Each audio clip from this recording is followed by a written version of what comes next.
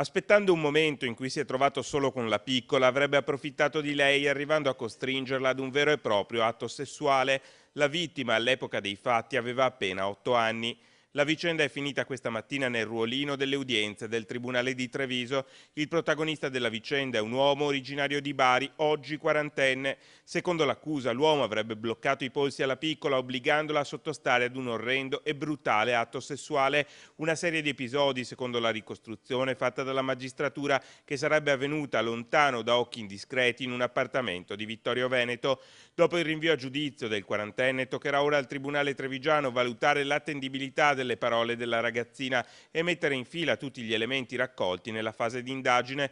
L'uomo ha scelto di non percorrere la strada dei riti alternativi, ma di andare in aula proprio per dimostrare la sua innocenza. Intanto l'iter giudiziario ha già subito una prima battuta d'arresto. L'astensione dalle udienze degli avvocati ha costretto il magistrato questa mattina ad un rinvio.